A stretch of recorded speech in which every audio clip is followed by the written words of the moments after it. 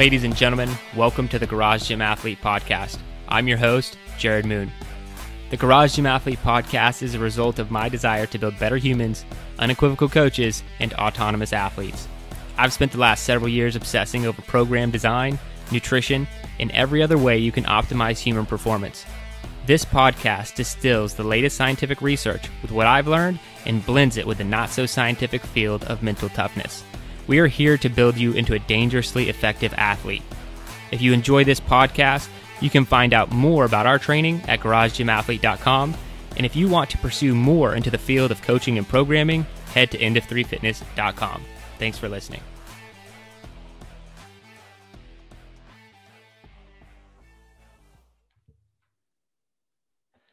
All right, ladies and gentlemen, welcome to the Garage Gym Athlete Podcast. So we are post episode 100. We are going, I don't know if we're going up from here or down from here. I don't really know what it would be considered, but we're at 101. Back to 99. I'm just talking about like where we go from here. Oh, yeah, that was dumb. I don't know if we can get better or we're going to get worse as we continue another 100 episodes, but we are going to change the format a little bit. Yeah. Super awkward statement to throw off my flow right at the beginning, Joe. So nothing's changed, I guess. No, we are changing up just the format a little bit. We are putting our updates down towards the end of the podcast. So if you're annoyed about Kyle's painting the cabinets or me talking about the HQ build that just seems to never end, you can still hear about those things, but it's not till the end. So we're saving that more for really just a team meeting that you guys get to listen to. That's essentially what that is. So just a reminder, the big purpose of the podcast, we're here to cut through all the BS bro science that's out there and try to reduce some of that information overload, really just by tackling the science and not going into only our thoughts and opinions. We like to see how the science can change our minds on a lot of things. And, that's the main way we're going to help every single Garage Gym athlete listening to this. And we have 4 excellent coaches to help us through that process. So Joe Courtney, Ashley Hicks, and Kyle Schrum, welcome to the podcast. A little bit different intro today, but we're going to get right into it, which is going to be hard. This is like going for a max deadlift without a warm up, but we're going to do it. We kind of did it last week, so we'll try it out. So, we're going to be talking about meal frequency, really 3 meals versus 6 meals a day and how that relates to muscle gain. But I know we've all heard it before, this eating small frequent meals throughout the day to speed up your metabolism, which I just love. Like your metabolism is some sort of like machine that you can just kind of like, foster and take, come on, speed up, man. Let's go a little bit faster. But metabolism is just breaking things down, right? And using them for energy. So it doesn't even really make sense. But it's bro science has been perpetuated in not only weight loss circles, but also muscle gain. It's like, it's everywhere. When I was getting into fitness, that was if you want to gain weight, eat 6 to 8 meals. And then if you want to lose weight, do the same thing, just smaller meals. And this study specifically covered gaining weight. So the researchers recruited 11 healthy male lightweight rowers from a university rowing team and people who wanted to gain weight. One of them dropped out. So they ended up for 10 for the study. And what they did was some crazy high intensity row training, which I think is a little bit weird for wanting to gain weight. They put them on some really high caloric diets, and they had them either eat 3 meals per day or 6 meals per day. And it was a crossover design, which means every participant did both versions. And so how I understood it was there was a 5-week kind of washout or baseline period at the beginning, meaning they just did normal training, normal eating. There was 8 weeks of a diet, meaning they did 8 weeks of 3 meals per day at a given amount of calories. Then there was another 5-week washout period where they kind of just normalized, stabilized, got back to normal. And then another 8 weeks where they did 3 or 6, the opposite of what they did the first time. And they had cool macro breakdowns and everything else. I won't jump straight to the takeaway this time, but what did all of you think about this study? They're going to be the biggest rowers ever. Like rowers are always like, if you're a rower, then you're already tall. And then I have putting these on a weight gain protocol, like 5,200 calories is what they're eating a day, which is absolutely ridiculous. So it was interesting why they had, I don't know why they chose to do hypertrophy for this type of study, I would have been interested to see what performance that did for them over the time of just loading them up on so many calories and doing this intensity training. They were doing resistance training twice a day or twice a week as well. Not a whole from the study, but one thing that I really wanted to highlight and talk about is just what you said in the beginning about, you know, the neuroscience of meal timing and getting those specific, and, you know, debating between 3 hours or eating every 3 hours or every 2 hours, 3 meals or 6 meals, whatever it is.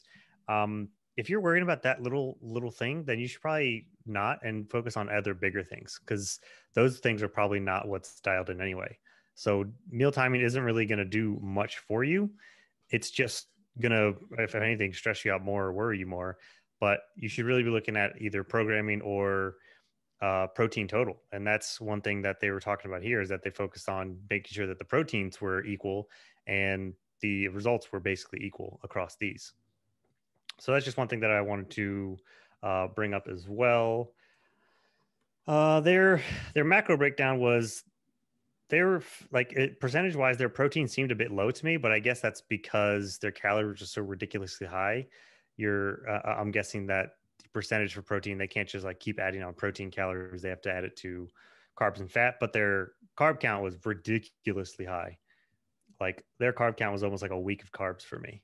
What's funny is when you're eating this many calories, you're right. You can't just keep going off percentages on protein. And that's why how I've always taught it and told athletes, you lock protein in first. Like you lock protein in, and then you fill the rest with carbs and fat. Because if you only ever go off percentages, if you are for some reason eating a 5,000 calorie diet, and I say, hey, yeah, go ahead and hit up 30% of that as protein, that could be a great recommendation on a 2,000 calorie diet, but a complete trash recommendation on a 5,000 calorie diet. So yeah, I looked at their macro breakdowns too, and was a little surprised that I think it was 14% protein, which is generally pretty low, but their overall actual protein grams, per kilogram wasn't off too much. It was like 2.5, 2.4 or something like that per kilogram. But one thing that I did really like about this study that I think I would like to see with almost every study that we do, or a lot of other studies, was the parameters. And that is, they were doing their intense sport training. So the same intense, awesome training that they're doing, not knee extensions. They each had dietitians and meals provided, and they lived in the same dorms. So everything was controlled. It was a great amount of time. I mean, I think you said it went 8 weeks, then 5 weeks in between, then another 8 weeks. So I think they could have done a lot with this study versus just how much weight did you gain. So I think these parameters were really cool. I think it would be cool to do more. It would have been cool if they did more with it, and future studies should use, athletes of these sports and these college situations to do more. But yeah, don't focus on these little things to get, timing wise isn't gonna do that much with it's all the other things that are gonna add up to it. But Kyle, what you got? So first thing to say, and we've already kind of talked about it, but like these athletes were trying to gain weight. Like I think a lot of people, most people, maybe not athletes, like people who are like on an athletic team, like these guys were, and probably just the general population, like you're not looking for ways to gain weight, right? So this study might be a little out there for you, but because most people are probably trying to either maintain or lose weight. And so, but that's kind of the thing that we're talking about today and I've heard the same thing, like what Jerred was talking about. Like, I've heard the bro science of, well, you need to eat more meals in order to keep your metabolism going and all that kind of stuff. And I've heard it applied to both gaining weight and losing weight. And I was like, well, which one am I supposed to do here? Like, I don't really know. But this specific study, they were trying to gain weight. And so, but both approaches, whether they were eating 3 meals or 6 meals, yielded similar results. And so, but they were also training regularly. So this study actually quoted some other studies that found that eating more meals per day was better for sedentary individuals with regard to appetite control. And so, it really depends on what your training frequency is. Now, most of the people listening to us are people who are probably training most of the time. They're probably training pretty frequently. But at the same time, even those of us that are training frequently might still be sitting down a lot during the day. You know what I mean? And so I think that you kind of have to take it with a grain of salt of like, well, they ate 3 meals or they ate 6 meals and they had the same results. Well, these guys were, they're collegiate athletes, you know what I mean? And so, how does this actually apply to you who are not a collegiate athlete? Like, are you sitting down more than you're moving? And even if you're moving, 5 days a week, are you sitting down the rest of the day? And so kind of be mindful of that as well. Is it going to be better for you to eat smaller meals or larger meals? I've actually found that for me, just eating larger meals during the day is fine. It works for me. It helps me with my goals. It helps me maintain appetite. I'm better satiated, all that kind of stuff. That's what works for me. So just eating a couple, 3 times a day works for me. Some people, it may work better to eat more often during the day. And so, as normal, also like what Joe was saying, focus on your food quality. It doesn't matter how many meals you're eating a day if you're eating garbage. Like these guys, this is kind of like my ideal situation. Like I would rather somebody just like make all my food for me and just give it to me. Like, hey, these are your goals. This is what you need to do.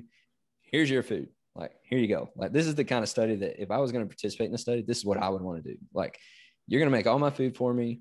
You're going to design everything and you're going to give me the food and all I have to do is eat it. But life isn't like that. So man, that would be great though. If life was just like that, somebody just made all my food for me and just gave it to me and I just got to eat it. But anyway, I would just say work on it for yourself and kind of figure out what works for you based on your training and your goals as well. I don't know if I actually really said anything there, but there you go. Ashley, your turn. Oh, gracious.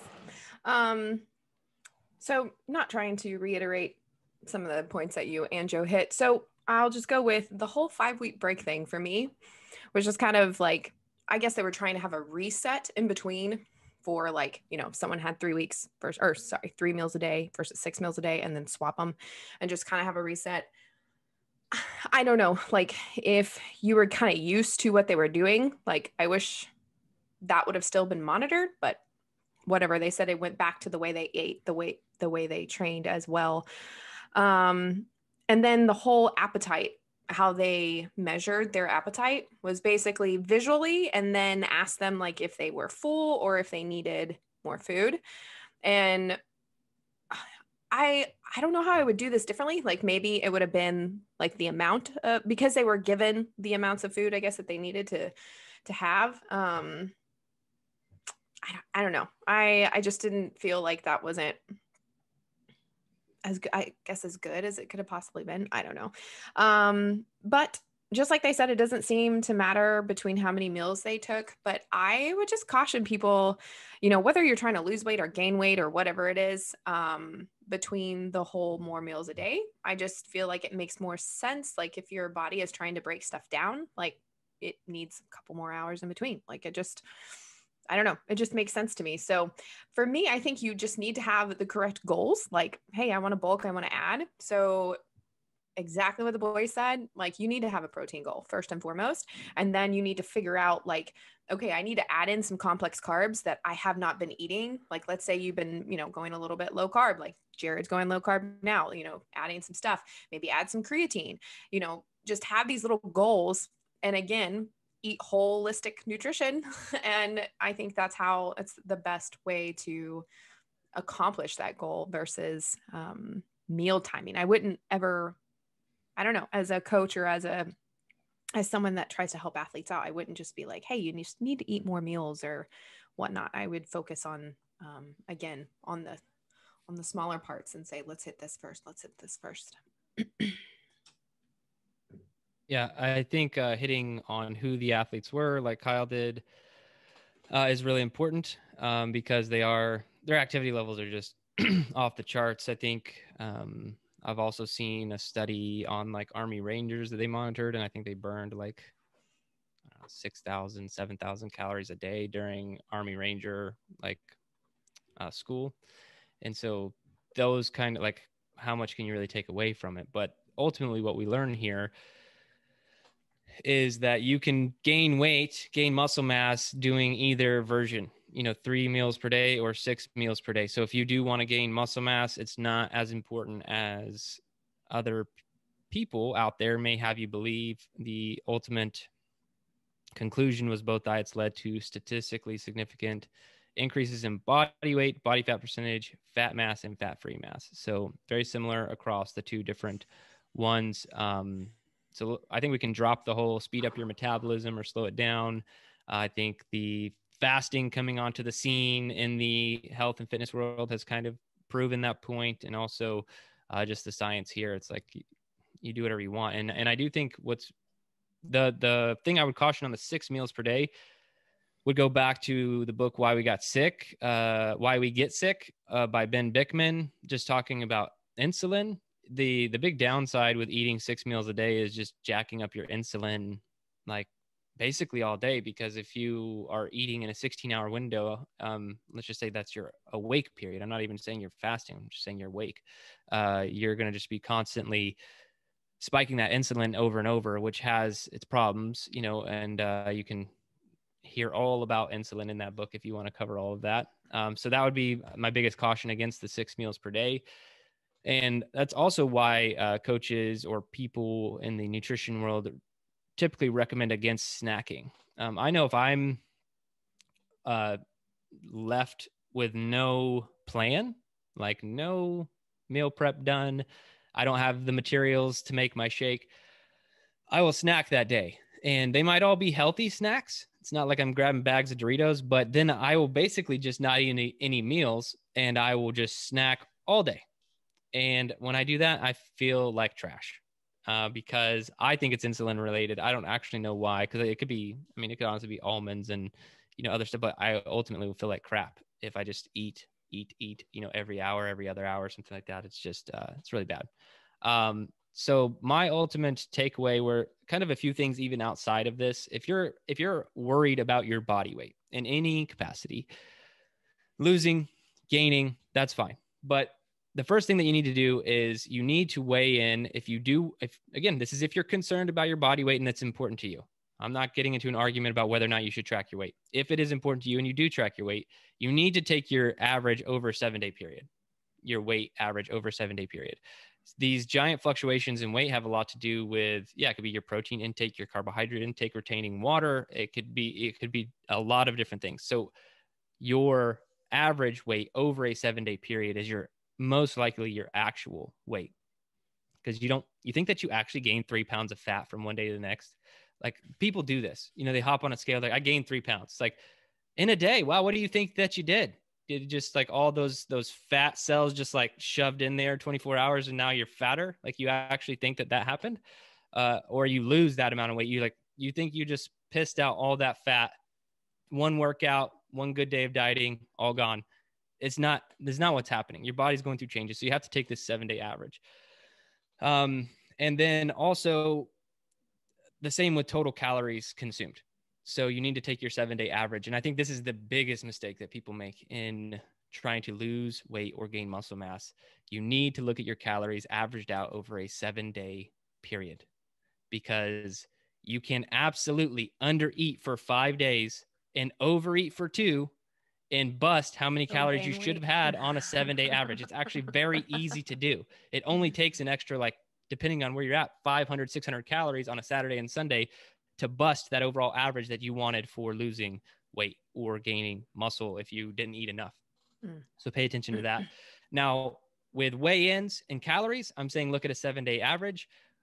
Bigger takeaway from this study on protein. Protein is not like that. Protein is actually very important on a per meal basis, because we've talked about leucine a lot before. You need to make sure that you're getting those 2 to 3 grams of leucine per serving, having around 20 to 30 grams of total protein each meal. This has to do with a muscle protein synthesis actually taking place. It needs that amount of leucine to achieve that effect. And so you don't have to look at, you can look at a 7-day average if you want. That'd be helpful, just like in the other 2 cases, but you want to make sure that you're consuming enough total protein each day, and specifically in each sitting. Because if you are like, oh crap, I'm 100 grams short on protein and it's 7 p.m. And so you do 100 grams of protein right before bed, your body can't even use it all. Like it just kind of maxes out that muscle protein synthesis. The rest of it's not getting used. There's not as much benefit. So there is a benefit to having, more protein per serving. If whether you're doing 3 grams or 6 grams per day, that is still important. And the typical recommendation for us is going to be around 1.8 grams per kilogram or 0.8 grams per pound of body weight. So for me, I'm 185 pounds. Actually, I might be like 190 now. But anyway, it's about 150 grams of protein. So not as much. And that's kind of like at the base level. That's where I think I should be, 150 grams of protein. And then I could go up to 1 gram per pound if I really wanted to, but I don't typically go beyond that. So the main takeaway from me, and I'll ask all of you, for the athletes, how can they kill some comfort and take action on this specific study? Like how could they get uncomfortable with this information and use it in their lives? Do I need to call on somebody? Yeah. Kyle, you're ready. Okay. I would say, kind of based on exactly what you just said, kill some comfort by not letting your body weight number, the number on the scale, dictate your life. I know that's something that, and that's kind of why I led what I was saying with these people were specifically trying to gain weight. And I was like, that's not what most people are trying to do. And most people who are listening to us right now are probably not trying to gain weight specifically. But I know, like, before I joined Garage Gym Athlete, before I became a coach and learned all this stuff that I know now about nutrition and about training, like, my body weight number dictated my life, because that was really the only thing that I had to, that I had to measure. And it's like exactly what you were talking about. Like, I would wake up the next day and I'm 3 pounds heavier. I'm like, what the heck happened to me? I guess I don't need to eat today. Or, obviously none of this stuff is working, so I'm just going to eat whatever I want. You know what I mean? So I would just say, that's the worst. That's typical. Yeah. Reaction there. Yeah. Like, I'm actually trying, and then I wake up 3 pounds heavier the next day. Well, nothing works. So I'm just going to give up. Right. That was me for a long time. And that was probably a lot of people who are listening to us for a long time. But I would say kill some comfort by not letting the number on the scale dictate your entire life. That's what I would say. Ashley. Kill some comfort by having a goal, whether that be what the study was, and that's gaining weight if you want that, or losing weight, whatever it is. And then kind of what Jerred talked about, and having a plan. A plan of attack is better than just willy-nilly just going after it.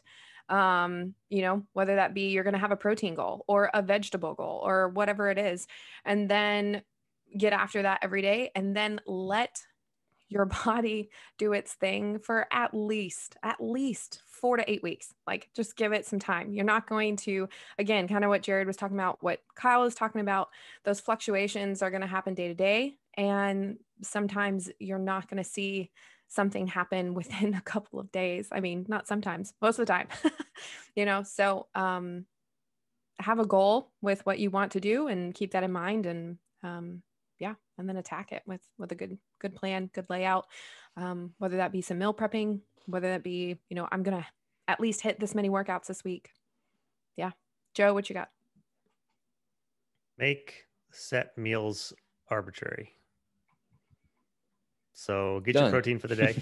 Yeah. I'll try to. So you have your feeding window. If you're in a time restricted feeding or whatever it is, when you eat, make sure you hit your protein for the day. Eat it when you want, when you can.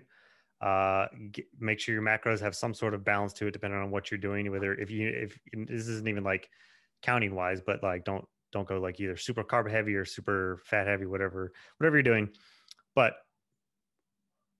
just eat them when you can. Eat your protein for the day. Breakfast can be whenever, lunch can be whatever. You don't even have to have lunch or dinner. You just have it throughout the day, as long as every day you're hitting that same total and you're remaining consistent on a daily basis, not an hourly whatever basis. Like, I have my breakfast scramble, which is technically at noon, I have dinner, and then the gaps are kind of filled in between there for like a protein shake and then some other decent snack in between.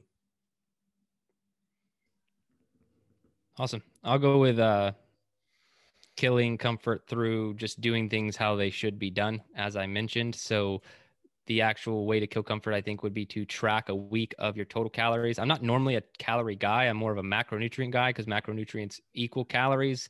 But if you do know your caloric goal on a daily basis, I'd love for you to kill some comfort and look at a 7-day average based off of the blowouts you do on the weekends and just see where you're average at. That might be the biggest eye-opening thing you've ever done. If you're trying to lose weight or even gain muscle, you'd be like, wow, like I completely screwed this up. I'm 300 calories over every single day on average, even though you were great for 5 or 6 days out of the week. And a great way to get out of control real fast is alcohol. You add a couple glasses of wine on the weekend because that's what you do, and it's crushed, on top of normal eating or one quote unquote cheat meal, right? Yeah. So Kyle's triggered.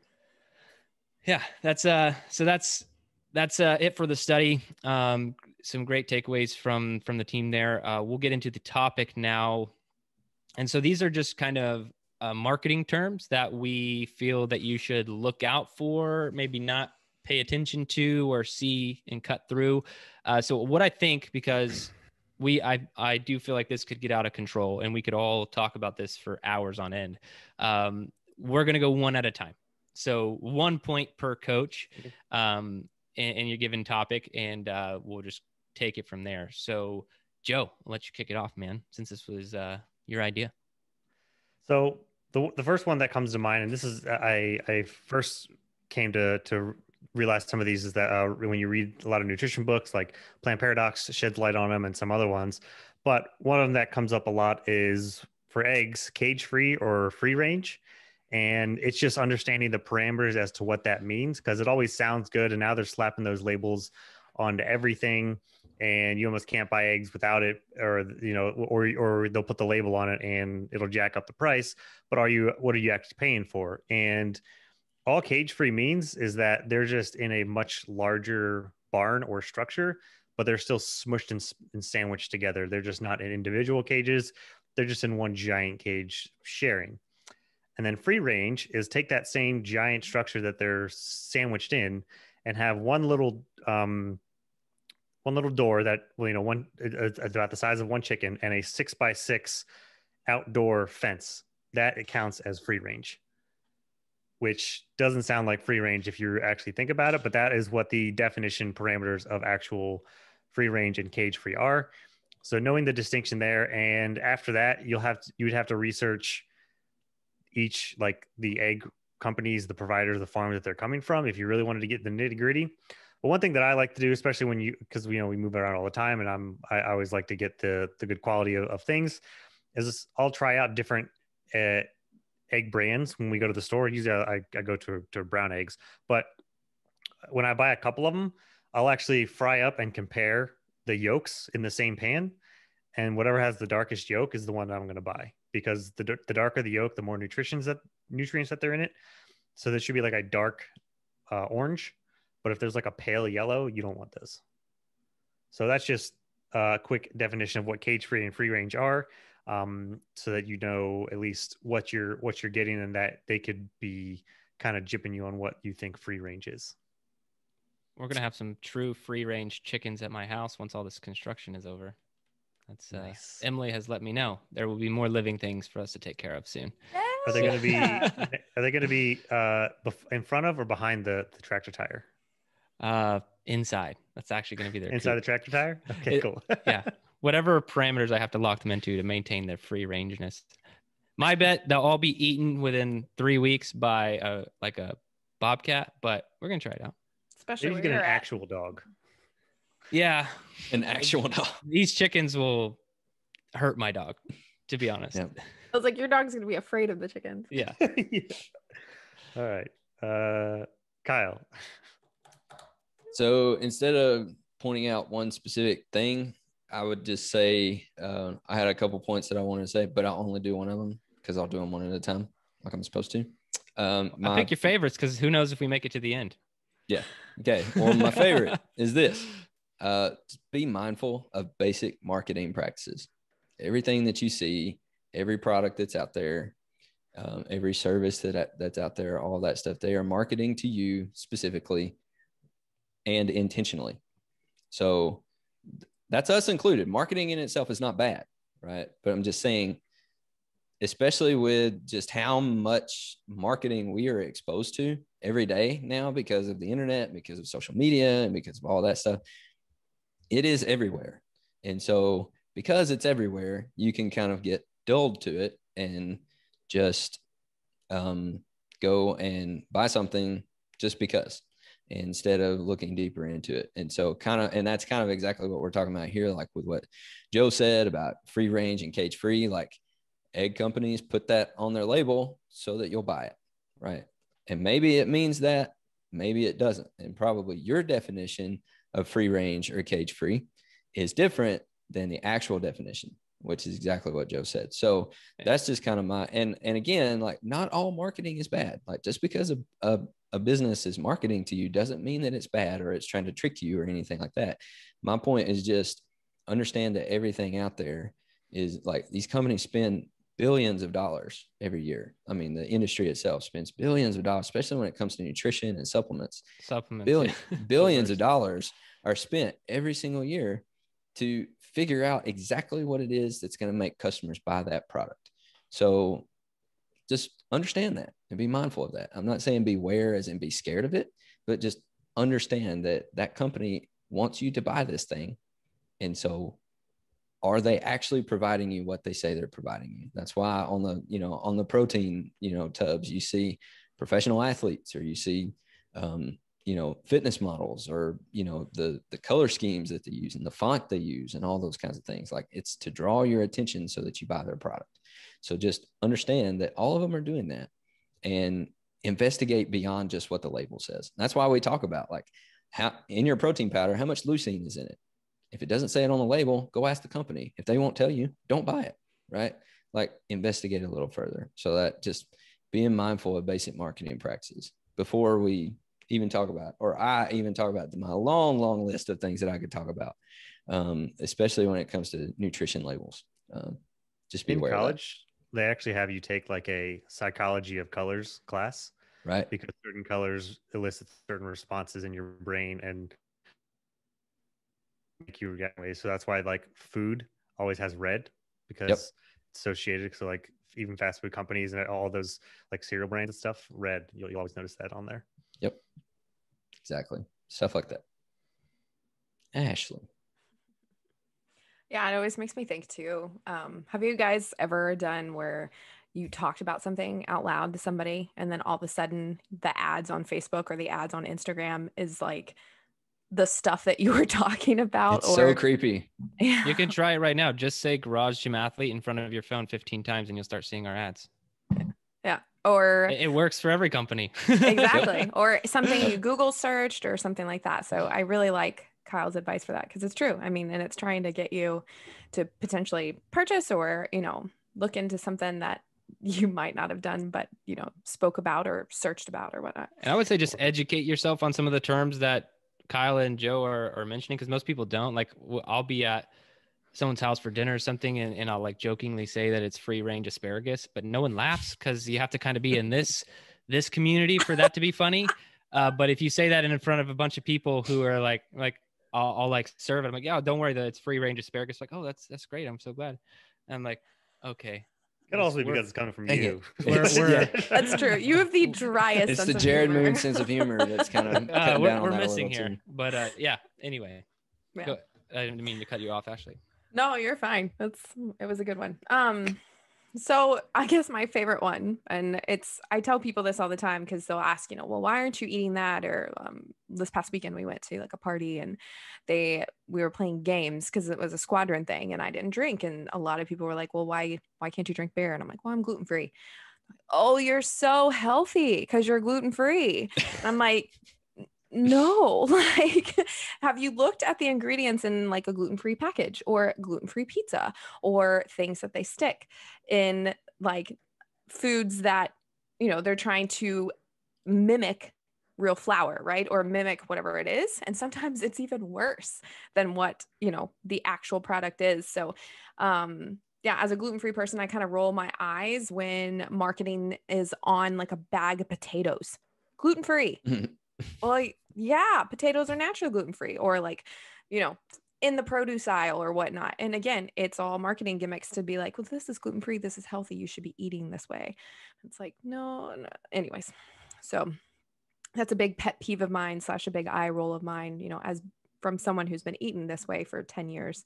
It doesn't necessarily mean healthy, and you still have to eat real food and pay attention to labels. So Jerred, what's yours?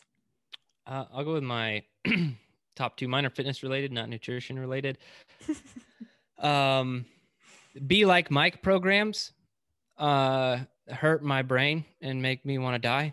So 1992 Gatorade commercial had Michael Jordan in it with the song saying, "Be like Mike." You just drink Gatorade, you be like Mike. That's how, to be honest, the fitness industry is almost exclusively built on that style of marketing, more so than any other industry.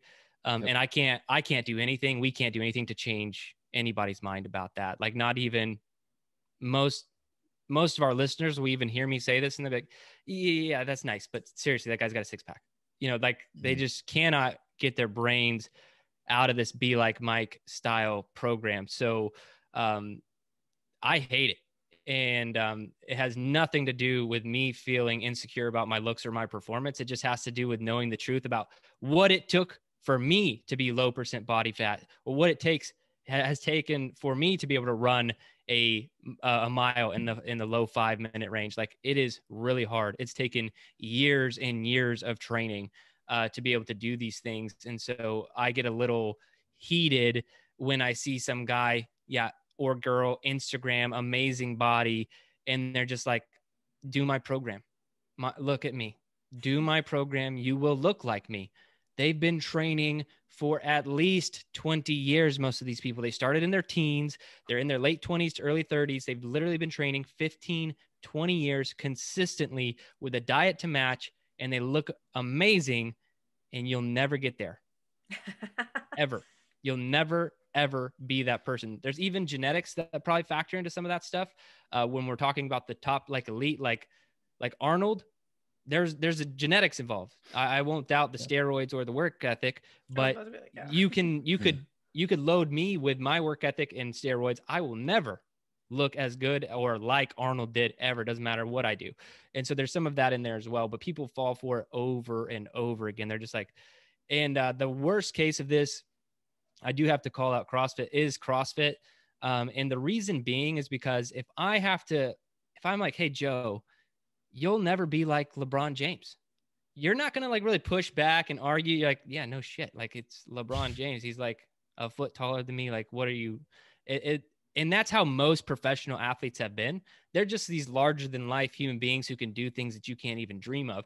But CrossFit started their own version of professional athlete, right? And I won't doubt that their performance level, like the things they do is very impressive. But what happened is you got characters like Rich Froning involved, who are super relatable and super likable. And he just picked up CrossFit and then became this professional athlete in this new sport. But that doesn't mean he didn't have something going for him. Like, he had this intrinsic, this amazing ability to be able to do what he does. Also training for 5 to 6 hours per day, and the one WOD you do in CrossFit for 20 minutes isn't going to get you anywhere close to how Rich Froning looks again, ever in your lifetime. Not going to happen. Or just follow that person's programming and you'll look like them. Like, if there's any of that in your brain, it's false. It's just false. I hope I can help somebody cut through that crap, because these Be Like Mike, monkey see, monkey do programs are the worst thing that's ever happened in the fitness industry. And this is also why everyone thinks that they can teach fitness, or, they're like, all they had to do was go get fit. And then after they get fit, they're like, I can tell everyone what to do now because I did it one time with myself. So I know what everyone should do. And it's just a bit insane. So don't fall for any of the Be Like Mike programs where if you think that because you're following a professional athlete who happens to put out programming or whatever, like that doesn't mean you'll ever look like them. And to be honest, you won't. Like, that's why there's never another picture of someone else from their program. It's like, it's a picture of Rich Froning, a little bit sweaty, good lighting, but not someone who's been following Froning's program for 2 or 3 years. And you're like, look at that guy. No, it's Froning who's been training for 25 years and works out 5 to 6 hours a day. So anyway, be like Mike programs. Don't fall for him. It's another one. Back to Joe. All right. We're probably only going to do 2. So 2 each. Know that going in. Okay. All natural. This is on a lot of things. There is, and for all natural, it doesn't mean anything. There is currently no formal definition for the use of the term natural on food labels as of yet. And basically it just means that like the only loosely defined thing is that it's something that you would not expect in food, basically. So I don't even know what that means, but it's just how it's been treated is like all food, edible food is in it. And pretty much all food is going to be natural, but anything that you would not expect to see in food is in it. So basically that means nothing. All natural, they can slap on just about everything. And it's just another one of those things that they're just going to throw around on everything. So it's, reading food labels, making sure there's not a whole bunch of crap that you can't pronounce. This has all been kind of gone over in like, why we get sick and some other books and stuff. Have you ever checked those out? So just one, all natural doesn't mean anything, has actual no definition or regulation to it. Great. Kyle?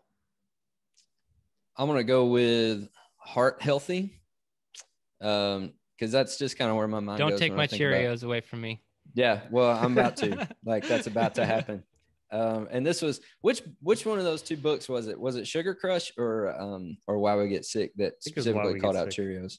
Why We Get Sick. This is why we get sick. Yeah. So, Cheerios say that they're heart healthy, and because of the low cholesterol or whatever. Okay.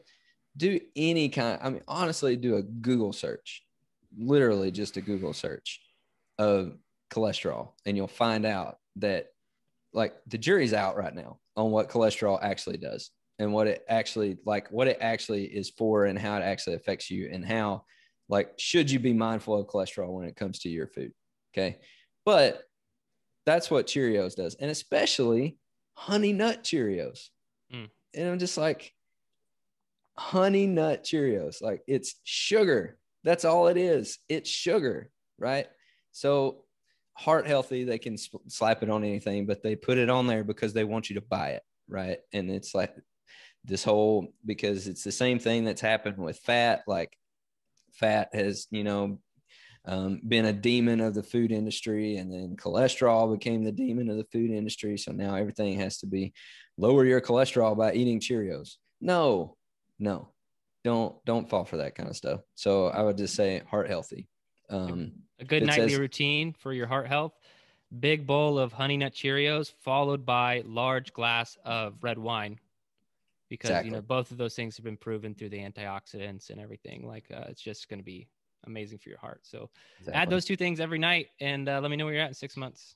And make sure that you eat that meal at like 10 or 11 o'clock at night.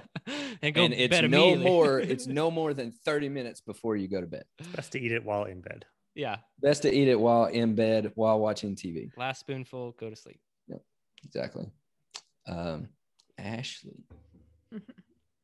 I'm going to go with local, especially if you're shopping at like a big supermarket or something and it says, local honey.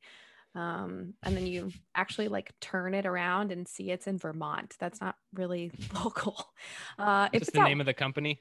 No, like there is a local honey. We have one here in Niceville, and it's like, I'm sure it might be in every Walmart actually. And it just says local honey, and you turn and it's in a completely different state. So if you're looking for something that's same thing. Local, like whether that be your meat or your produce or whatnot, like the best kind of sources to go to, or if you have any sort of access to a market, maybe on the weekends, that's kind of when they have here, like the farmers will come down and they all like set up their booths here and do that. They do that in the UK a ton. But unfortunately, if you're going to shop at like, you know, a Walmart, a Publix, a Tom Thumb, I'm trying to think of other, you know, Kroger, HEB, Albertsons. Kroger, yeah, all the things. It's probably not local. It's something that they have, you know, manufactured and brought in and slapped a term on, so you'll buy it. Yeah, even the Whole Foods here has local coffee, and some of it is the local coffee, and it's locally roasted, not locally grown. So that's another thing to watch out for, because we don't grow coffee in Chattanooga, Tennessee. But in the local coffee section is also coffee that's roasted in Atlanta or Athens, Georgia. And it's like, okay, those are only a couple hours away, but that's not local. It's like, why is the Atlanta stuff in the local section? It's like, that's not even here. So yeah, you're absolutely right. The whole local thing. Because that's a popular thing, right? Like supporting local, and I think you should support local. But yeah, I experienced that as well. I just crack up because it's Florida, and apparently Vermont is local to Florida. Vermont is Vermont local to anything? Florida maple syrup trees. There's some connection. No offense to listeners from Vermont. Yeah, not dogging on Vermont, but it's just not local to Florida. All right, Jerred, what's yours? I don't know if this is the exact same one as the first one, stated in a different way. It is. But I'm going to say it anyway. Any sort of military related appeal to get you into fitness is by far my most, maybe because I just was in the military and know that people in the military don't know shit about fitness. The worst. And like, it's bad. But the biggest one is Navy SEALs, and they're the worst. So like, I'm just gonna go through. Okay, Navy SEALs, stage 1, Naval Special Warfare Preparatory School. They swim, they run, ground physical training.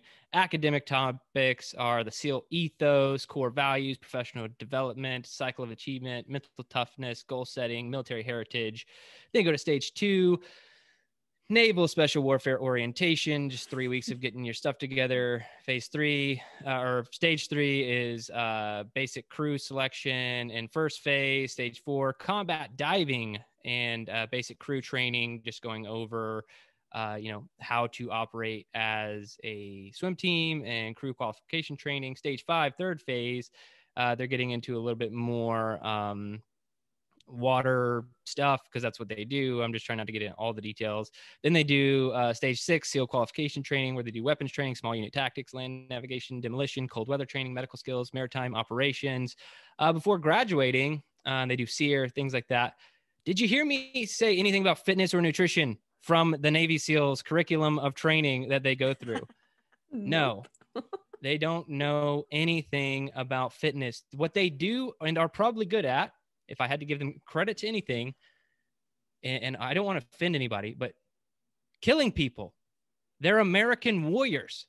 Like, that's what they do. And this is something, when I have young people talk to me about joining the military, I ask them this question at the forefront, and it makes the conversation very awkward when they tell me they want to be a fighter pilot. So they're asking me questions, or they want to do something else. I say, are you okay with killing another human being? Is that okay with you? And then they're like, whoa, I just want to like run fast and, do the cool stuff in the water. Like, no. These are trained American warriors to kill the enemy. That's what they do. That's what they're amazing at. And they've trained their whole life to be good at. And they know that's what they're good at. This pivot after the military career to pretend like they're good at fitness just because they got their asses kicked in buds is stupid. And so, no, military, and I pick on Navy SEALs because they're the worst ones who do it post-military career. And I get it. You got to make a living, but you also got to do your research. I know there are Navy SEALs out there who have done that stuff. I can think of at least 3 in the fitness industry who know their shit when it comes to fitness and nutrition post-military career. But the ones who are just resting on the fact that I had this qualification or I did this so I can teach you this is trash. So stay away from military. They don't know anything about fitness. And I'm saying that as someone who was in the military. I was literally picked to be the physical training leader because I was the fittest one there. I thought it was hilarious. I had been through some like basic personal training certifications and other things, but they didn't even know about those things. I just had the highest PT test score and I was the fittest one there. So like, you're in charge. And I'm like, okay, I know some other stuff, so this will be fine. But wow, that quite a selection process there. So anyway, that's a big one for me is military related appeal. Like, don't fall for that stuff. We collective military don't know anything about fitness. Like, it's just not taught. Reminds me of Killcliff because he was a Navy SEAL, and this is a recovery drink.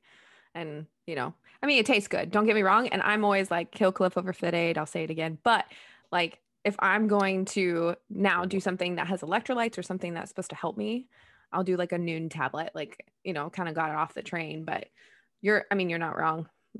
Go look at a food hall, a chow hall. Go look at what they think is important, like in food in the military, and you'll quickly realize it's not what it is. And go look up what an Air Force PT test is like and see what Jerred's talking about when he said that he had the best score. That's still too not very impressive. We just got rid of the waist measurement. Yeah, I would seriously like whatever. We don't. A lot of people take the Air Force PT test in the Air Force and they're like, "Whew, I'm good. I'm done for the day." Pretty much. And I'm like, That was definitely a warm up. I know the run was challenging, but like, come on, we did 2 minutes worth of calisthenics total, and then we ran. Half is not that bad. Like, okay, when's the next workout? But anyway, let's get the Meet Yourself Saturday workout of the week going. It is the 25-minute lunge test. Can't remember who said they were going to brief it, but definitely Joe. All right. 100%. So you're going to start with a weighted vest or a weighted backpack up to 20 pounds.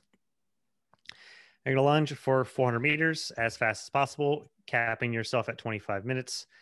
If you finish the 400 meters, you're going to rest until the 25 minutes is up and then continue to part 2. If you don't finish the 25 minutes, immediately continue to part 2. And that part 2 is take off the weighted vest or the weight, whatever you're doing. So just your body weight, and do another 400 meter lunge with no time cap. So breaking up there, Joe. Freaking Bahrain. Yeah, they just don't want me to talk about lunges. Somebody else can talk about lunges now. Did we get through the workout for the most part though? I didn't hear the whole thing. I think so. Yeah, it's just 2 parts. Yeah, so it's a bunch of lunging with a vest. So what tips can we give on this? And you can take the vest off for the second part, right? So yes. Well, and the only part that matters is the second part because Right. that's your score. The time for the second half of it is your score. got it. That's the important part. Go ahead, The Ashley. faster you go for the first part, the more rest you get in between. That's my thing. So just saying, it's true. Like that is for me. And also just don't stop. Like if you have to lunge, put your feet together, lunge, put your feet together, like find a rhythm, keep going. Just don't stop with that pack on your back. For me, it is. Sorry, I'm sorry, Kai. You don't understand that reference. It's fine. Kyle's never seen Cool Runnings, folks. Okay. Anyways, so for me, it would be like a rock mix just to push me through this because I need something that's going to just motivate me to like just keep going.